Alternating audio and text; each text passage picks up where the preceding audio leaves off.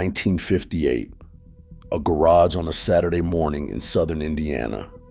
A boy, 11 years old, stands at his father's workbench with a length of rope in his hands, tying the same knot for the 9th time until his fingers finally do it without his eyes. Outside, his bicycle leans against the fence with a flat tire he already knows how to fix. In his pocket is a knife he sharpened himself last night. Nobody is testing him. Nobody is grading him. There is no class, no coach, no screen anywhere in the picture. There is just a boy, a rope, and a quiet morning, and he is teaching himself one small skill at a time, how to become a person the world can rely on. These are 10 things nearly every American boy could do before he turned 12 in 1958. Not one of them needed a classroom, a coach, or a credential. Most grown men today cannot do a single one, and the reason that matters has nothing to do with rope or knives, and everything to do with number one, the skill all the others were quietly building toward. Number 10, knots. By the age of 10, a 1958 boy knows 6 of them by heart: the bowline, the square knot, 2 half hitches, the clove hitch. He learns them on a porch on a summer evening from his father or his grandfather with 2 pieces of rope and nothing else. He can tie them in the dark. He can tie them with one hand. And that skill is not decoration. The boy who knows his knots can lash a load to a truck, secure a tarp in a storm, hang a swing, or tie down a raft that holds his weight. He is learning that his own 2 hands can make the world hold still and behave. Most men today cannot tie a single knot that will bear a load. They can charge a phone. They cannot lash a Christmas tree to the roof of the car. Number 9, fire, tinder, kindling, small fuel, large fuel, late in that order, loose enough to breathe and tight enough to catch. And here is the rule that makes it a skill: 1 match. If the first match does not take, you do not get a second. You go back, rebuild it, and try again.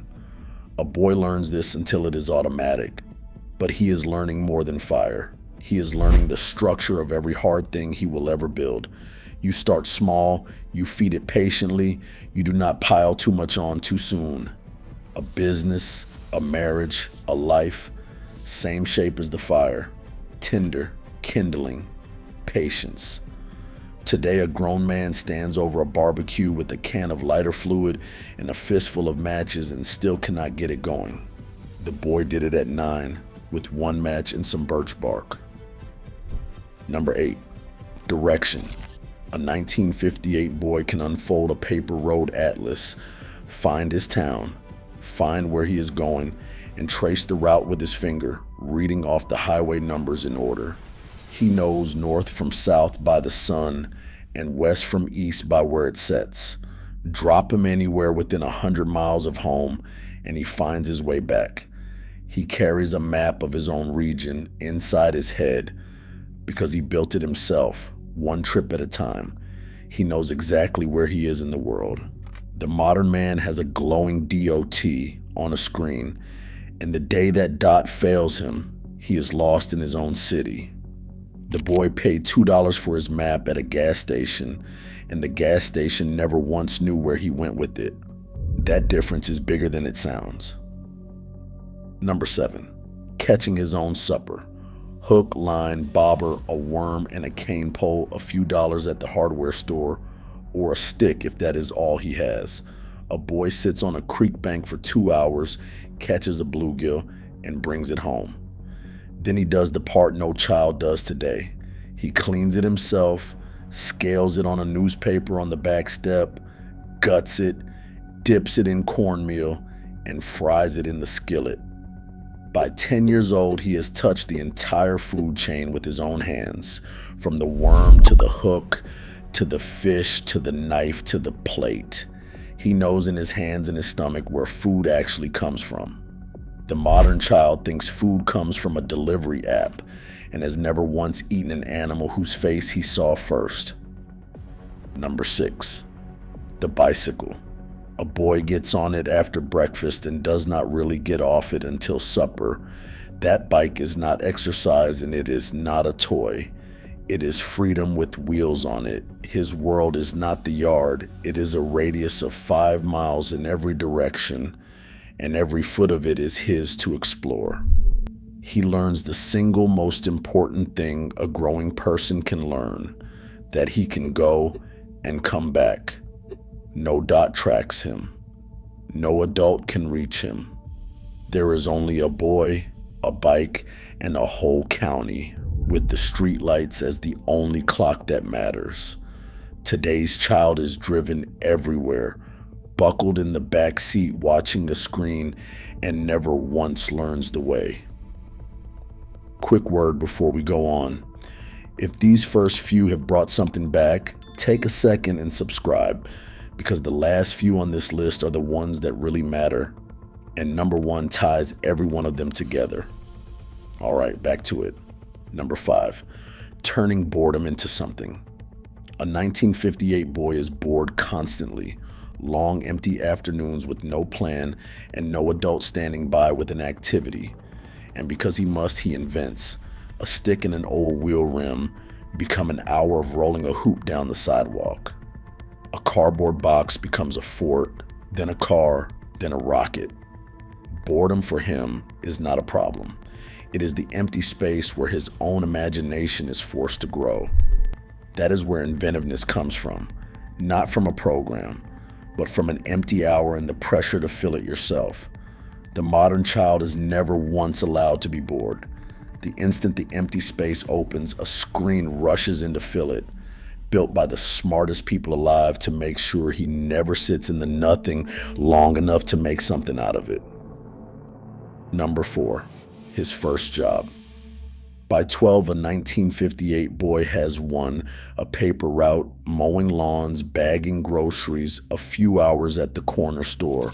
Nobody makes him. He wants the money, because money is freedom, and he has figured that out early. He learns to show up on time to a person who is not his parent.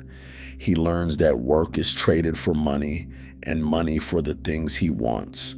He holds his own dollar bills earned by his own hands, and it changes how he stands. Many children today reach 18 having never earned a dollar or answered to a boss. The boy learned it at 12 on a bicycle in the dark, throwing papers on the porches before the sun came up, and he was proud of it. Number 3, standing his ground. Sooner or later, a 1958 boy faces the bully, and there is no adult who will fix it for him. He has to face it himself. Maybe there is a scuffle in the schoolyard, maybe just the moment he decides not to back down. Either way, he learns something you cannot be taught in a room, that he can be afraid and stand firm anyway, that he can take a hard knock and get back up, that the world contains people who push, and that he does not have to fold. It is not about violence. It is about the backbone underneath it. The modern child has every conflict swept away by a hovering adult before it can teach him anything, and arrives at adulthood undone by the smallest confrontation, because no one ever let him find out he could stand up. One quick thing before the last one, and it is the big one. If any of this has been worth your time, tap the like button. It genuinely helps a small channel like this reach the next person who needs it. All right, number 1. Number 2, telling the truth to his father's face. When a 1958 boy does wrong, breaks the window, lies about where he has been, he is eventually brought before his father. And usually the father does not yell. He just asks the question, and the boy, looking at the floor and then looking up, tells him the truth, takes the punishment, and moves on. It is the hardest skill of his entire childhood, telling the man he loves that he let him down while looking him in the eye. Most adult failure is just the grown version of a boy who never learned to do this. The man who cannot admit a mistake to his wife or his boss is a man who never had to admit one to his father. The boy built that muscle every time he broke a window, and it made him someone you could trust. Number 1, being trusted to be on his own. Here it is, the skill all the other 9 were building toward. By 12, a 1958 boy can be left truly alone with his younger siblings for a whole evening, at a relative's farm for a week, on a fishing trip 2 states away. And the adults do not worry because they built him to be trusted. That was the entire point of the other 9. The knots, the fire, the standing firm, the truth. Everyone was another deposit in the bank of trust. Another piece of evidence that this boy could be handed his own life and would not break it. And this is the answer to the question everyone asks wrong about kids today.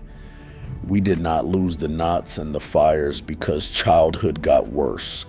We stopped handing children the freedom that grew them and filled the empty space with supervision and screens. The boy was never made by the skills. He was made by being trusted enough to learn them. So when you watch a capable old man fix a thing with his hands without a word, understand what you are really seeing. You are not seeing a better person. You are seeing a boy who was handed real rope, real fire, real work, and real trust at an age when we now hand children a screen and a schedule. These were never hobbies. They were a childhood that asked something of the child.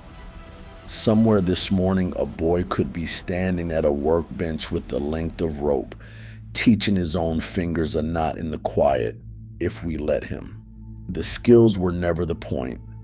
The trust was. These are not old skills, they are the right ones. Tell me down in the comments, which of these did your own father or grandfather teach you? I want to read every single one. Thanks for being here, and I will see you next time.